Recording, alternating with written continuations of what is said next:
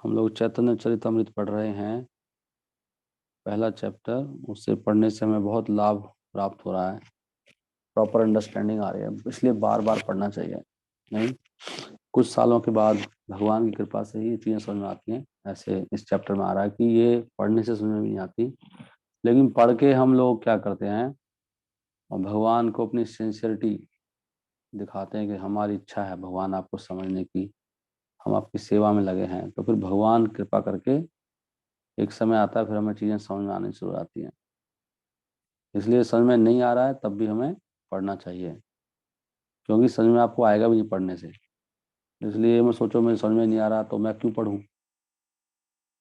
नहीं तो आपको समझ में आएगा नहीं, पढ़ने से समझ में आता ही नहीं है। समझ में आता है जब भगवान कृपा करते हैं। कृपा तब करते हैं जब पढ़ने का प्रयास करते हैं। पढ़ने का मतलब है हम सेवा करने का प्रयास कर रहे हैं बार बार। हमें पढ़ना है, जैसे चैंटिंग में हमें आनंद नहीं आ रहा है, फिर भी कर रहे हैं हम, सेवा है भगवान की। ऐसी पढ़ना भी ऐसी है, हमें पढ़ना डेली। समझ में आए नहीं आए वो हमारा मतलब नहीं है, समझाएंगे भगवान स्वयं। ये मुख्य बात है, ये बात को समझा, ये बात इसमें चलेगी कि ये मिस्टीरियस है, रहस्य है। ये रहस्य को भगवान खोलेंगे। गीता रहस्य है, श्लोक रहस्य है सब। ये खुद के समझने से प्रयास करने से नहीं आएगा। भगवान इस श्लोक में बता रहे हैं, तेषां सतत युक्ता नाम भजताम प्रीति पूर्वकम ददामि बुद्धि योगम तम ये न मामुपयान्ति ते। जो सतत रूप से लगा हुआ है श्रवण करने में, कीर्तन करने में, सिमरन करने में, सेवा करने में, ऐसे व्यक्ति जब प्रीति पूर्वक लगा हुआ है उसको मैं समझ देता हूँ। बुद्धि योगम को मतलब समझ, मैं समझाऊंगा उसको, बाकियों को समझ में नहीं आएगा। इसलिए नहीं, मुझे समझ में नहीं आ रहा क्यों पढ़ूँ, ये नहीं है। आपको पढ़ना है, समझ में नहीं आ रहा इसलिए तो पढ़ना है। अगर समझ में आ गया तो पढ़ने की क्या जरूरत है? उल्टा है सिस्टम। ज्यादातर लोग कहते हैं प्रभु जी मुझे कोई समझ में ही नहीं आ रहा। पढ़ो ना, भगवान समझाएंगे। समझ में नहीं आ रहा तभी तो पढ़ना है। अगर समझ में आ गया तो क्यों पढ़ना है फिर? ये न मामुपी यान्ति ते, तब भी पढ़ सकते हैं आनंद लेने के लिए, भगवान की और खुशी के लिए पढ़ सकते हैं। भगवान तो समझ में भी आ रहा, फिर और आनंद आएगा, रस आएगा। फिर ये न मामुपी यान्ति ते, फिर वो जो समझ जाते हैं बात को तो फिर मेरे पास आते हैं। बिना समझे कोई पहुंचेगा नहीं ऊपर। This is the point. इसलिए आपको, हमें लगता है हमारी भक्ति बहुत बढ़ गई है। अगर समझ में नहीं आ रहा तो भक्ति कहाँ बढ़ी है? अगर भक्ति बड़ी होती तो अपने आप ही समझ में आ जाता। यहाँ पे कह ही रहे हैं भक्ति समझ में आता है। कई बार लगता है हम तो बहुत ऊंचे भक्ति में हैं। ऊंचे नहीं है अभी, ऐसे लग रहा है बस। यथा ब्रह्मण यदा यथा ब्रह्मणे भगवान स्वयं उपदेश्य अनुभावित्वान। तो वही ज्ञान भगवान ने समझाया ब्रह्मा को। भगवान ने समझाया था ब्रह्मा को और उसको सेल्फ रियलाइज कर दिया उनको। स्वयं उपदेश्य, भगवान ने स्वयं उनको अनुभव दिया। अनुभव देते हैं भगवान। This is the point. अनुभव कौन देते हैं? उपदेश्य अनुभावित्वान। अनुभावित्वान कर दिया, यानी भावित्वान, अनुभावित्वान। उनको अनुभावित्वान कर दिया। उपदेश्य, उपदेश देकर स्वयं भगवान ने अनुभव दिया, तो भगवान देगा अनुभव आपको। अच्छा ऐसे है ये बात, ओहो अब समझा। ये कौन देता है? ये भगवान देते हैं, जब हम उनकी सेवा करने का प्रयास करते हैं। अभी यहाँ पर भगवान कह रहे हैं, ये मैंने कल पढ़ लिया था ना आपके लिए, ये 51 भी हो गया था, कि भगवान कह रहे हैं मुझसे जानो रहस्य को। सा रहस्यम तद अंगम, रहस्य कौन खोलेगा? तो पढ़ने से तो रहस्य पता लगेगा, पढ़ने से थोड़ी रहस्य खुलेगा। पढ़ने से खुलेगा ये भेद कि आप भगवान की सेवा करने के इच्छुक हैं, भगवान की सेवा करने का प्रयास कर रहे हैं, आपको भगवान से प्रेम है, इसलिए भगवान की खुशी के लिए पढ़ रहे हैं। प्रेम बिल्कुल एक तरफा होता है, लोग कहते हैं ना दो तरफा होता है, गलत है। ताली हो सकता है दोनों हाथों से ना बजे, लेकिन प्रेम तो हो सकता है? नहीं हो सकता। हम कर रहे हैं भगवान को, लोग करते, तो फिर भगवान देखते हैं हाँ मुझे प्रेम कर रहा है तो मैं भी अब इसको देता हूँ। सा रहस्यम तद अंगम चाह ग्रहण गदितम मया, ग्रहण गदितम मया। फिर आप इसको ग्रहण करो। मैं एक्सप्लेन करूंगा आपको। भगवान फिर एक्सप्लेन करते हैं अंदर से। जब आप किताब खोलोगे, प्रार्थना करोगे भगवान से, प्रार्थना करना भक्ति का अंग है। श्रवण और प्रार्थना ये बहुत काम है। श्रवण, कीर्तन और प्रार्थना, तीन चीज बहुत बलशाली है हमारे लिए। प्रार्थना, भगवान कुछ समझ में नहीं आ रहा, मुझे क्या करूं, प्रार्थना करते रहना चाहिए, भगवान सुनते हैं। प्रार्थना करना भी एक अंग है भक्ति का। ज्ञानम परम गुह्यम में, परम गुह्यम ज्ञान है। गुह्यम बहुत बड़ा सीक्रेट है। गुह्यम, परम सबसे बड़ा सीक्रेट जो ज्ञान है, विज्ञान भी है वो सब मैं बताऊंगा, भगवान करें। अभी ये चार चतुर्श्लोकी गीता जो है, चतुर्श्लोक गीता नहीं, भागवतम, चतुर्श्लोकी भागवतम यहाँ पे आ रही है। यहाँ शुरू होती है भागवतम, पढ़ लो आज आप। इन 4 श्लोकों में पूरी भागवतम है। 18,000 श्लोक, 4 श्लोकों को ही एक्सपैंड करके 18,000 श्लोक बने हैं। इन्हीं का विस्तार है। इसलिए ये अगर समझ में आ जाए भेद चारों, तो आपको पूरी भागवतम समझ में आ गई। अगर ये रियलाइज कर लिए ना 4 श्लोक भागवतम की, ये 4 श्लोक ही पढ़ाए थे भगवान ने ब्रह्मा को, बस उसी का विस्तार किया है फिर हमारे लिए, क्योंकि हमें तो खोलना पड़ेगा ना भेद। यावान अहम यथा भावो, कहाँ से अभी शुरू नहीं हुआ। उसके अगले शुरू होगा इसके बाद। यावान अहम यथा भावो, जैसा भी मैं हूं, भगवान कह रहे हैं यावान अहम यथा भावो। यावान अहम, मैं जैसा हूं और जैसी सृष्टि है, यथा भावो, यद रूपा गुण कर्म कहा, और जैसे उसके रूप हैं, भगवान के गुण हैं और लीलाएं हैं, कर्म कहा, तथैव तत्व विज्ञानम। अब तुम वो जान लो, तथैव तत्व, वो पूरा तत्व से जान लो, रियलिटी में अंदर से। तत्व विज्ञानम अस्तु ते मद अनुग्रात, मेरी कृपा से जानोगे। ठीक है, कितना ये पॉइंट है। इसलिए सारा जो ये जो हमारा विधि, जो हमारा प्रोसेस है, वो सारा अनुग्रह का प्रोसेस है, ये कोई दिमाग का नहीं है। इसलिए जो याचक नहीं है, भिक्षुक नहीं है, बुद्धि लगा रहा है, कंट्रोल करने की कोशिश कर रहा है, हम लोग गुरुओं को भी कंट्रोल करने शुरू कर देते हैं। हमारे हिसाब से बताओ ना, हम पूछ रहे हैं ना आपको। अस्तुते मद अनुग्रह, ये कृपा का विषय है। हमें अपनी प्रेम से, सेवा से, दीनता से उनको खुश करना होता है। गुरु परंपरा को वो कृपा करते हैं, एक कृपा का विषय अनुग्रह। भगवान करें, ब्रह्मा ने भगवान को प्रसन्न कर लिया अपनी तपस्या से। भगवान ने जैसे कहा उन्होंने कहना माना। भगवान अभी कृपा करें, भगवान करें अब मैं तुम्हें कृपा दूंगा, क्योंकि तुम कृपा के लायक बन चुके हो। अस्तुते मत अनुग्रहात, अस्तुते मत अनुग्रहात, करेक्ट है ना। तो मेरे ग्रह से अब ये है 4 श्लोकों में भगवान बता दे, सब भेद खोल दिया। पहला भेद क्या खोला भगवान ने, अहम एवासम अग्रे, ये सब जान लो कि मैं ही था। एव आसम, अहम एव आसम एव अग्रे।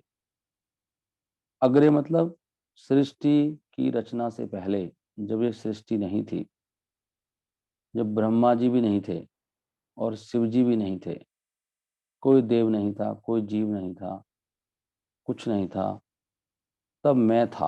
अहम एव आसम अग्रे, न अन्यत यत सत असत परम, न सत्ता न असत सा।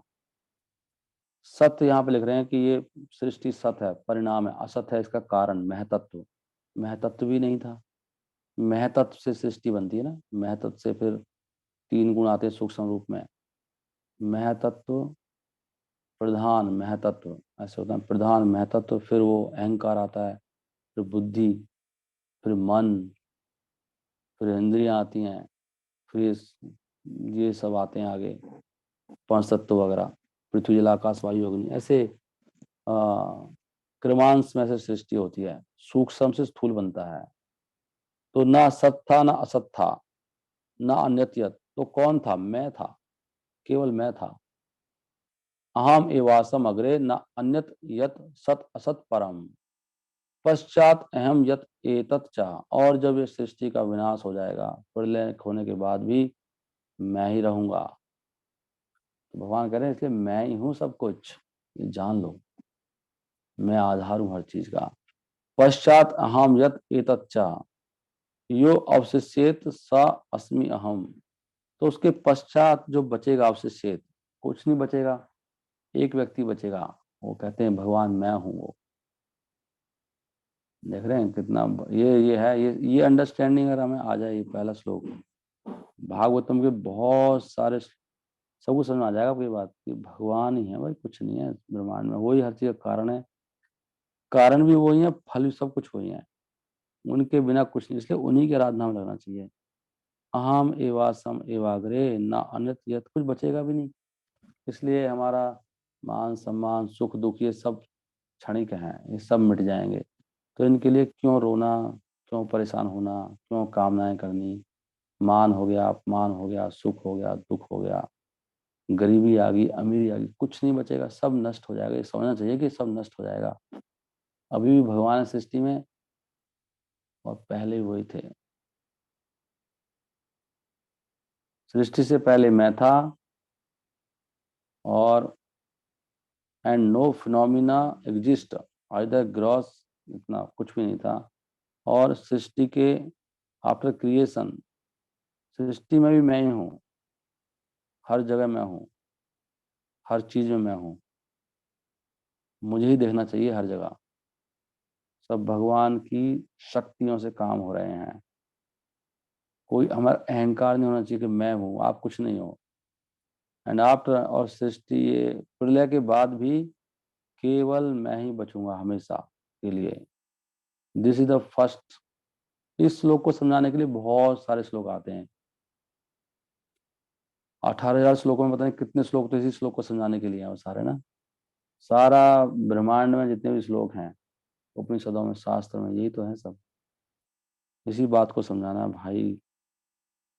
क्यों परेशान हो रहे हो, उसके पीछे पड़ो जो हमेशा रहता है। भगवान कहते हैं अभी देखो, लेकिन आपको तो कुछ और भी दिखाई देता है मेरे अलावा। वो क्या है फिर प्रभु, लेकिन और भी तो चीजें हैं आपके अलावा, तो बाकी क्या है, ये क्वेश्चन आएगा ना फिर।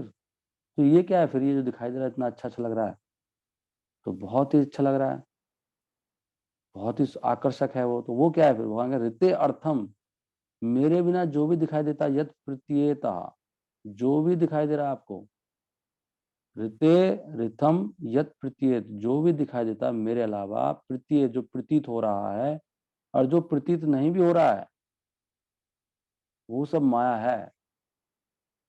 बस वो लग रहा है आपको, कुछ तो दिखाई देती है चीजें, कुछ दिखाई भी नहीं दे रही, ऐसा भी है। नहीं, जैसे मरुस्थल में पानी है, दिखाई दे रहा है, वो माया है। पता है यहाँ पे कोई पानी नहीं है, संसार में सुख दिखाई दे रहा है, क्या है वो माया है। और कहीं प्रभु यहाँ तो सुख ही नहीं दिखाई दे रहा, वो ही माया है, वो दुख भी माया है, दुख भी माया है, सुख भी माया है। ना प्रतीयत च आत्मनि, जो प्रतीयत हो रहा है, जो प्रतीयत नहीं हो रहा है, वो दोनों माया है। आत्मनि, आत्मनि, जो मेरे संबंध में, भगवान से ही आ रहा है ना सब कुछ। जो भी दिखाई देता है मेरे बिना, वो मेरी, वास्तव में वो मेरी माया है। तो जिसलिए जो अगर कोई भी कुछ भी चीज है जिसमें भगवान नहीं है, कोई भी कार्य भगवान के लिए नहीं हो रहा, सब माया है वो। कोई भी सुख है बिना भगवान के, मतलब भगवान का मतलब श्रवण कीर्तन सिमरन प्रार्थना सेवा के अलावा कोई भी सुख है, वो सब माया है। भगवान कह रहे हैं क्योंकि मेरे अलावा कोई चीज एग्जिस्ट, अगर मैं ही नहीं हूं तो वो है, वो तो क्यों, ऐसा क्यों कह रहे हैं फिर, ऐसा माया क्यों करो भगवान। मैं इसलिए कह रहा हूँ कि मेरे अलावा कोई चीज एग्जिस्ट ही नहीं करती। अगर मैं वहां पे हूं ही नहीं तो चीज हो कैसे सकती है, इसका मतलब वो ऐसी आपको लग रही है कि है ही नहीं, वो हो ही नहीं सकती। भगवान कह रहे हैं ना, चात्मनी, मेरे अलावा कोई चीज होती नहीं है, कोई कोई सत्ता ही नहीं हो सकती। It is like a reflection of a real light in the shadow. ये अंधेरा है कि अंधेरे में जैसे कई बार चमक दिखाई देती है, तो वो तो असली चमक किसकी आ रही है, किसी चीज के पीछे से आ रही है ना, तो वो उसकी खाली ऐसे है, ऐसे प्रतीत होता है। तो for in the light there are neither shadows nor reflection, क्योंकि जहाँ पर वास्तव में लाइट होती है, वहां पे ना तो छाया होती है और ना ही कोई रिफ्लेक्शन होता है। तत् विद्यात आत्मनो मायाम यथा आभासो यथा तमहा। आभास होता है ना, आभास, वहां पे ना अंधेरा है ना ऐसे आभास है। जहाँ वास्तव में भगवान होते हैं वहां पे सब टेम्परेरी रिफ्लेक्शन नहीं है, थोड़ी देर वाली। वहां पे जो प्रकाश होता है वो सतत होता है। थोड़ी देर की चमक नहीं है, चमक मारी बस खत्म हो गई। ये सब माया है, चमक मार रहा है जो। संसार के सुख सब ऐसे ही हैं, आभास है, आभास। ऐसा लगता है सुख आ रहा है नहीं, वो आभास मात्र है वो, है ना। वास्तव में देखो सुखों को आप ध्यान दोगे तो आभास मात्र है, आया गया, टिकता ही नहीं है। ऐसे, ये क्या हुआ, कुछ आया था चला गया एकदम, रुका, रोक नहीं सकते आप उस सुख को। आता है जाता है, क्षण भर का सुख है। कोई भी सुख ऐसा लगा, सुख आया, ले गया, भाग गया, रुका नहीं, फिर भाग गया। ये आभास हो रहा है, आभास। और अंधेरा भी है, दुख ही दुख है। तो दोनों माया है, ये आभास भी और अंधेरा तो है ही संसार में। अंधेरे अंधेरा है, दुख ही दुख है। वो भी माया के कारण लग रहा है, दुख भी। बहुत है ना, कितना ये कितने बड़े श्लोक हैं, इन्हीं को समझाया जा रहा है अलग अलग श्लोकों में। रीते मतलब मेरे बिना, रीते अर्थम, जो भी आपको कुछ अर्थ वाला लग रहा है, कोई वैल्यू है नहीं इसमें, तो कुछ है प्रभु, नहीं इसमें तो कुछ है, ये तो बढ़िया चीज है, तो करनी होगी प्रभु जी। लेकिन कह रहे हैं सब माया है। यत प्रत्येत ना प्रत्येत च आत्मनि तत् विद्यात आत्मनो मायाम। वो मेरी माया है, आत्मनो मेरी माया है वो। और ये सब भी मेरे वजह से हो रहा है, क्योंकि वो जो शैडो है वो लाइट के बिना हो नहीं सकती। अगर लाइट है तो शैडो है, और लाइट नहीं तो शैडो कहाँ से आएगी, तो घोर अंधेरा हो जाएगा। सो हर चीज माया भी, माया का भी कोई सत्ता नहीं है, वो भी मेरे कारण ही है।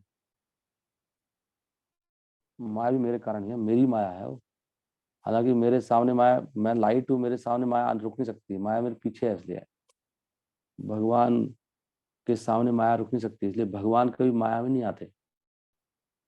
तो संसार में ये सब माया जगत है, ये यहाँ पे कुछ भी सच्चाई नहीं है, पॉइंट यह है।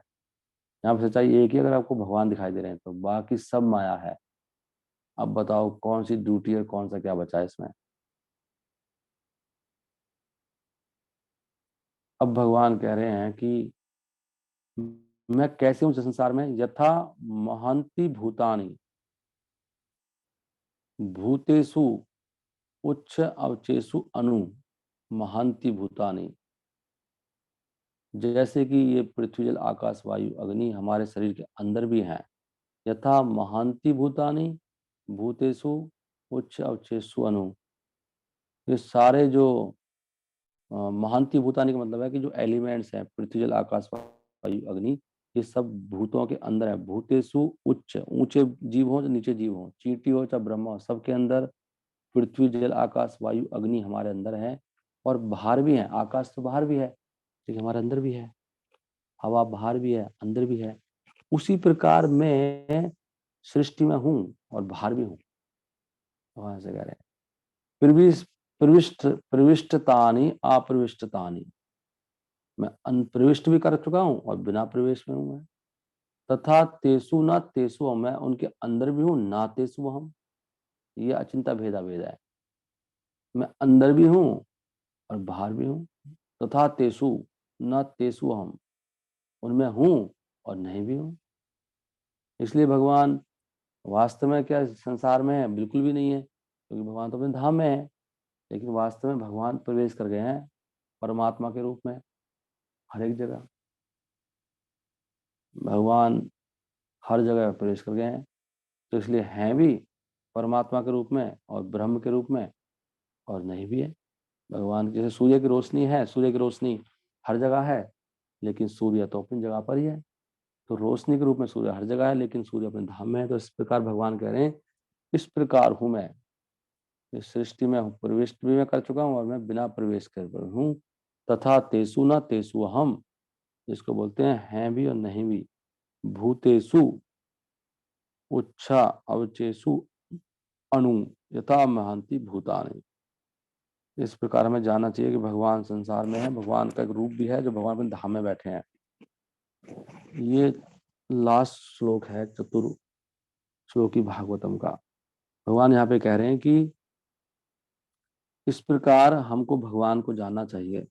अगर आपका दिव्य ज्ञान में रुचि है मस्ट लिखा है, तो हमें भगवान को प्रत्यक्ष रूप से जानना चाहिए और अप्रत्यक्ष रूप से भी हमें क्वेश्चन करने चाहिए, इंक्वायर अबाउट इट। हमें जो भगवान सर्वव्याप्त जो सत्य है, सर्वत्र सर्वदा हर जगह क्वेश्चन आना चाहिए, ये कैसे हुआ, कैसे। इनडायरेक्टली का मतलब यहाँ पे प्रभुपाद जी लिखते हैं कि डायरेक्टली तो है कि हम भगवान में रुचि रख रहे हैं, सीधा हमारा भगवान से ही सेवा से मतलब है, बाकी चीजों से मतलब नहीं। इनडायरेक्टली का मतलब है कि हमें इस जो भौतिक जगत है उससे दूर रहना है। इनडायरेक्टली भी सेवा है भगवान की, उससे दूर रहना भी सेवा है।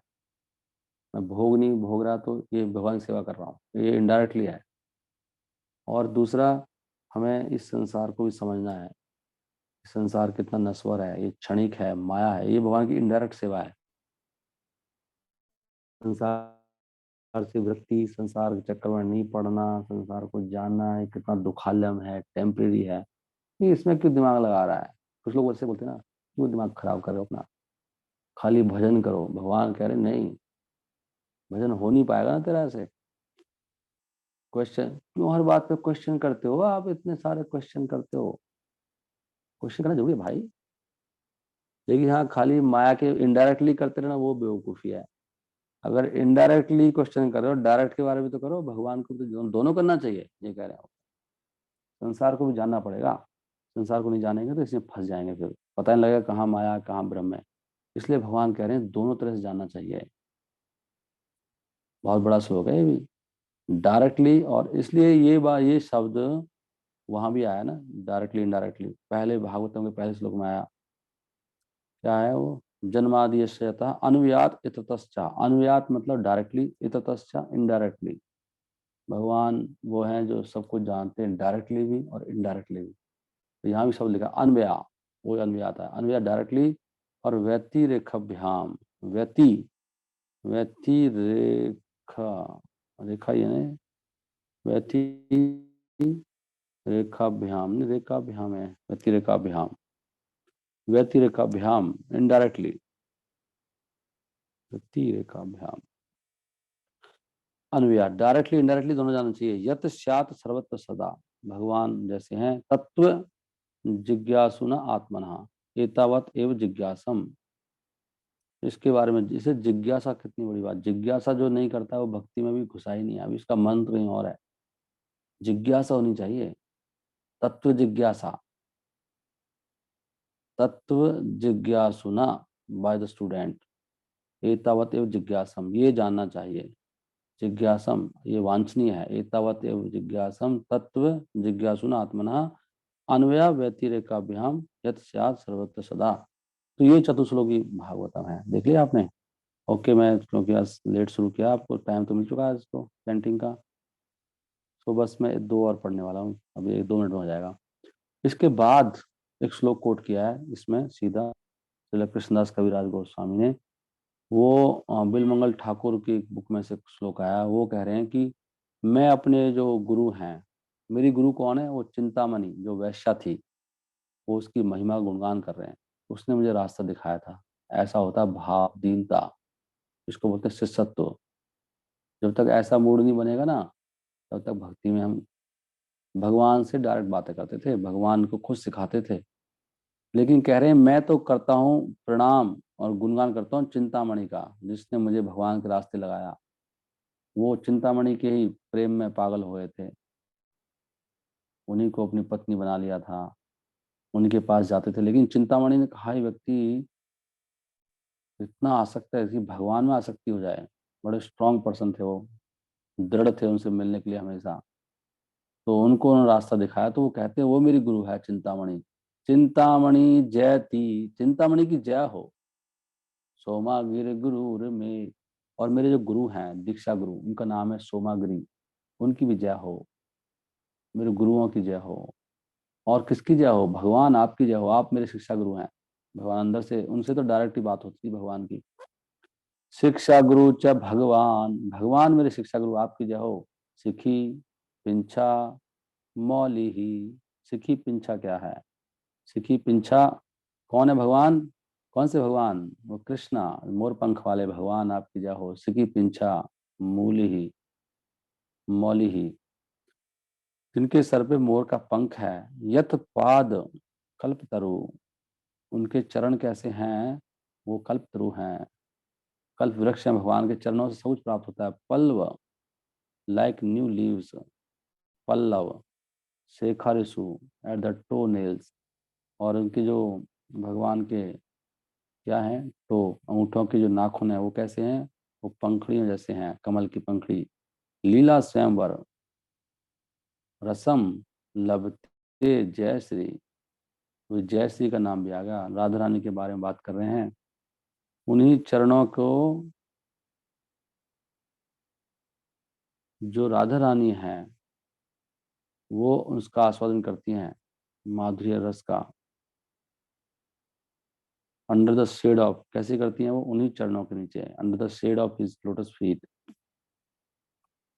वो भी उनके दासत्व भाव में, राधा रानी भी भगवान के चरणों के नीचे रहती हैं। लीला स्वयंवर, वो लीलाओं को आस्वादन करती हैं, वो रसम उन रस लेती हैं। लभते जय श्री, जय श्री मतलब राधा रानी। ये इन्होंने कोट के दिस टू द मूड, ये गुरु को समझा रहे हैं ना, पहला श्लोक है ना, वंदे गुरून, सब गुरुओं पे चल रहा है सिस्टम। पहला श्लोक है गुरून ईश भक्तान, पहले दो शब्द हैं वंदे गुरून ईश भक्तान। अब ईश भक्तान की बात हो रही है यहाँ पर। अब यहाँ पर एक बहुत बड़ा श्लोक बोल दिया कि जीवे साक्षात नाही ताते गुरु चैत्य रूपे, शिक्षा गुरु हरे कृष्णा महंत स्वरूपे। लेकिन जीव को जो चैत्य गुरु कृष्ण है अंदर, जो परमात्मा के रूप में है, वो को साक्षात नहीं कर पाते ना हम लोग। अभी अंधेरे में हमें दिखाई देते नहीं अंदर कहाँ बैठे हैं भगवान, इसलिए वही भगवान फिर शिक्षा गुरु के रूप में प्रकट होते हैं। जीवे साक्षात नाही ताते गुरु चैत्य रूपे, शिक्षा गुरु है कृष्णा महंत स्वरूपे। वो महान स्वरूप के रूप में, महान टॉप मोस्ट डिवोटी कृष्ण महान तो स्वरूप है, उसके रूप में शिक्षा गुरु के रूप में आते हैं। जीवे साक्षात नाही ताते गुरु चैत्य रूपे, शिक्षा गुरु है कृष्ण, जैसे प्रभुपाद हैं सबके शिक्षा गुरु हैं वो कृष्ण है साक्षात, वही आए हैं स्वयं गुरु चैत्य रूपे। उसको देख नहीं पाते हम अंदर वाले को, तो बाहर आए बन के कृष्ण, और उन्हीं के फिर आगे प्रतिनिधि हैं जो भी शिक्षाएं दे रहे हैं। शिक्षा गुरु है कृष्ण महा, ऐसे देखना होगा, नहीं तो भक्ति आगे नहीं चल पाएगी। ये पॉइंट है सबसे बड़ा। और ये श्लोक कौन कह रहे हैं, भगवान कह रहे हैं स्वयं। कैसे भक्ति करनी चाहिए हमें, हमें गलत संग से बचना चाहिए। जो जो भक्ति नहीं करते हैं लोग, उनसे दूर रहना चाहिए, और जो इंद्रिय तृप्ति करते हैं उनसे भी दूर रहना चाहिए। कोई भी व्यक्ति इंद्रिय तृप्ति करता है उसे दूरी बना कर रखो। ततो धू संगम उत्सर्जा, दो तरह का धू संग है, गंदा संग, इसको छोड़ना है। दो तरह का कौन कौन सा है, एक नॉन डिवोटी, चाहे कितना अच्छा व्यक्ति क्यों ना हो, बहुत महान हो, बहुत अच्छी आदतें हो उसके अंदर हो, अरे इतना गुणवान है, इतना दान करता है, इतना पुण्य करता है, इतना साफ सुथरा रहता है, इतना मधुर बोलता है, सारे गुण है, लेकिन भगवान का भक्त नहीं है, दूर रहो उससे, गंदा है वो, अच्छा लग रहा है वो। अगर वो अच्छा होता तो भगवान उसको अपनी भक्ति दे देते। जो भक्ति नहीं करता गंदा है। ऐसे ही बहुत ही अच्छा है लग रहा है, लेकिन ये क्या कर रहा है, इंद्रिय तृप्ति कर रहा है, उसको छोड़ो। इसमें लिखा है ग्रॉस मंडली जो हमेशा इंद्रिय तृप्ति करते रहते हैं, उनको छोड़ो। और जो भगवान में विश्वास नहीं करते, सेवाओं में, जो भगवान की सेवा नहीं करते, नास्तिक हैं। ग्रॉस मटलिस्ट जो तृप्ति करते हैं, और जो ऐसे लोग हैं जो भगवान की सेवा नहीं करते परंतु अपने इंद्रियों की सेवा में लगे रहते हैं। और ये थोड़े ज्ञानी की बात कर रहे हैं। अच्छा, सेकंड टाइप का ज्ञानी टाइप का बात कर रहे हैं, जो मतलब अपने ही दिमाग से चल रहा है लेकिन सेवा नहीं करता। बड़े ज्ञानी, एक ज्ञानी हो गया और भोगी, दो वही हो गया, मतलब कर्म वाले, समझ में आ गया। वही ज्ञानी कर्मी दोनों हो गया वही, ये भोगी है ये ज्ञानी है, इन दोनों से दूर रहना है। वही श्लोक आ गया ये, अनभिलाषित शून्य। तो दुसंग उत्सर्जहा सत्सु सज्जेत बुद्धिमान, बुद्धिमान व्यक्ति को किसका संग करें, सत्सु, लेकिन संग जरूर करना पड़ेगा भक्तों का। सत्सु सज्जेत संता एवास्य चिंदंती, मनो व्यास संगम उक्ति भी। तो उनकी जो उक्ति भी, मनोव्यास संगम, उनकी जो इंस्ट्रक्शन है उन भक्तों की जिनका संग कर रहे हैं हम, उससे क्या है हम लोग ये सब काट सकते हैं। क्या छिंदंती, जो भी हमारे प्रॉब्लम्स हैं लाइफ की किसी तरह की, संता एव सहा, संता मीन्स वो डिवोटी, एवं अश्या वंश, अपोजिंग अटैचमेंट्स, मनहा व्यास संगम, जो हमारे मन की कल्पनाओं से हम चल रहे हैं उनको काट सकता है, उनके संग से काटोगे आप। मनोव्यास संगम, हमारे मन के ही आइडियाज रहते हैं सब, अपने हिसाब से भक्ति करना चाहते हैं, कंट्रोल करना चाहते हैं, मेरे हिसाब से करो, समझाओ मुझे, मेरे हिसाब से करो।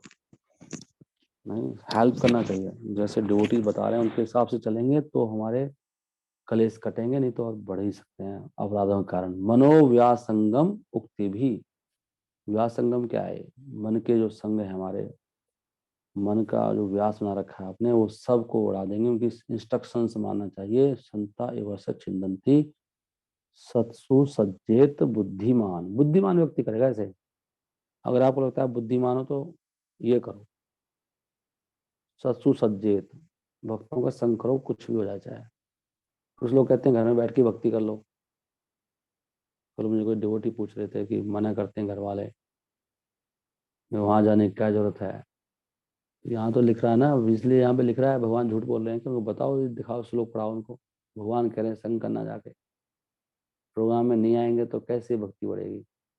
सत्सु सज्जेत बुद्धिमान व्यक्ति जरूर आएगा। जो बुद्धू नहीं है वो, अब एक भक्त मुझे कहते हैं मुझे आया नहीं जाएगा, मैं घर बैठे कर लूंगा। तो ये प्रॉब्लम है ना, आपको भक्ति होगी नहीं ना ऐसे, भक्तों के संग में आके ही शुद्धिकरण होगा। सत्सु सज्जेत बुद्धिमान, खाली ये नेट पे बैठे कुछ नहीं होने वाला, यहाँ तो प्रेरणा लेके आना पड़ेगा। ये तो ये ऐसी आभास मात्र है, ये खाली प्रैक्टिकल कर्तव्य होगा जब सामने आओगे वहां पर। ततो दूर संगम उत्सृज्य। हाँ, लेकिन कोई बहुत एडवांस कर सकता है, कोई कोई वहां पर भी बहुत सिंसियर है, लेकिन हम लोग इस तरह के लेवल पे है नहीं। आप अच्छे से अध्ययन करो, अच्छे से माला करो, बिल्कुल तो कर सकते हो आप। कोई कोई कर पा सकता है, लेकिन हर एक के बस की नहीं है। कोई बिरला ही होगा, हमें समझना चाहिए हम नहीं कर सकते। ऐसे ऐसे हमारा अंदर उत्कंठा और रुचि होनी चाहिए, मैं कब संग करूंगा भक्तों का, कब सेवा करूंगा, ऐसा मूड रहना चाहिए हमारा। फिर भगवान शायद बचा लें आपको। जो संग तो चाहिए, प्रैक्टिकल संग। ततो दूर संगम उत्सृज्य। तो ये बस यहीं तक था, कि समय हो गया अभी 45 हो गया। हरी हरी बोल। 1.25 घंटे की मंगला आरती। इसके बाद भी ये चल रहा, देखो साधु संग ही चलेगा आगे। केवल साधुओं के संग में जाके कथाएं रस बनती है। भवंती हृत का रसायन है, रस आएगा आपको साधु संग में। जब मेरी इन कथाओं को सुनोगे आप साधु के संग में बैठ के, तत् जोशना, तब हम मुक्त होंगे, और श्रद्धा बढ़ेगी, रति बढ़ेगी, भक्ति बढ़ेगी, धीरे धीरे भगवान के धाम पहुंच जाएंगे। इस प्रकार हम 60 नंबर श्लोक पर पहुंच गए। हरि हरि बोल। श्री चैतन्य चरितमृत की जय। श्रील प्रभुपाद